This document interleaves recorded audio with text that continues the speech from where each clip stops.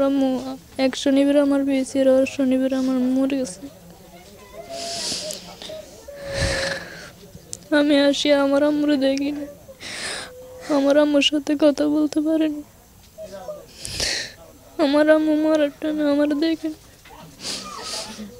যদি হাসপাতাল থাকতো তাহলে আমার আম্মু মারা যেত না। বিশেষ করে আমার মাইয়াটা আমার কলিজার টুকরা আছিল, বুঝছেন নি? এই মাইয়াটা দিন আল্লাহ নিচে কিছু নেই থেকে বড় বড় দুর্ভাগ্য আমার, বুঝছেন নি?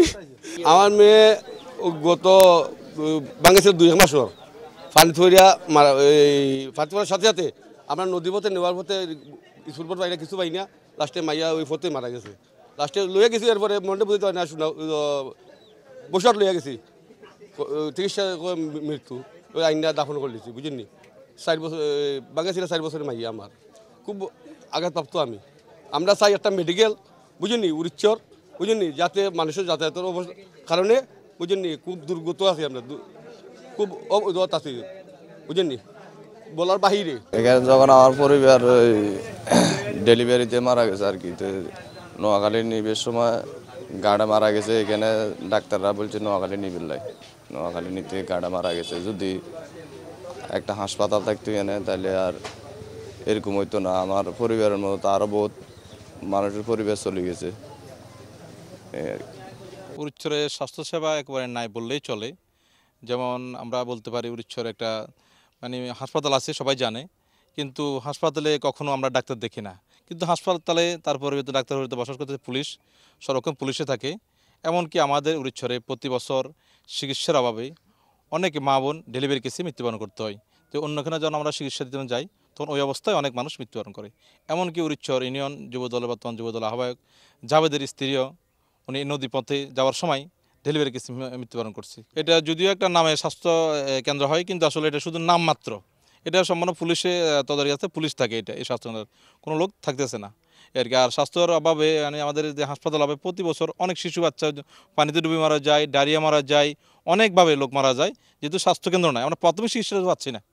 কষ্টটা হয়েছে, বেদনা কমাছিল, বেদনা কমাছিল, এর জন্য তাবিজ তোমার যা খনকারি দিতে মারছি দিছি, আর ডাক্তারি ওষুধ তো কপালে নাই, দিতে পারি না, এটার অভাব। বেতা ওই এবার মাইয়া দুনিয়াতে ফুলর ন ফুল আনতে কষ্ট হয়ে গেছে। এবার দাঁতরি দুগই বদলাইছি কামানো, তার কিনবো তো বেনে নন দিছি আর হাতে হারান গেছে।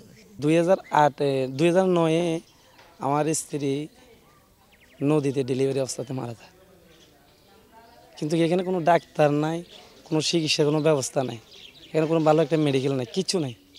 কিন্তু অথচ কিন্তু শুধু আমার স্ত্রী না, এদেশের লক্ষ লক্ষ মা বোন কিন্তু বসবাস করে। প্রতি বছরে কিন্তু অন্তপক্ষে ডেলিভারি রুগী অন্তপক্ষে 20 থেকে 40টা কিন্তু কি মহিলা এই ডেলিভারিতে মারা যায়। অনেক শিশুরা কিন্তু মারা যায়, অনেক কিন্তু তাদের কিন্তু মনে করেন যুবক বাইরে মারা যায় শুধু শিক্ষার অভাবে, শুধু শিক্ষা কিন্তু নাকি চিকিৎসার অভাবে।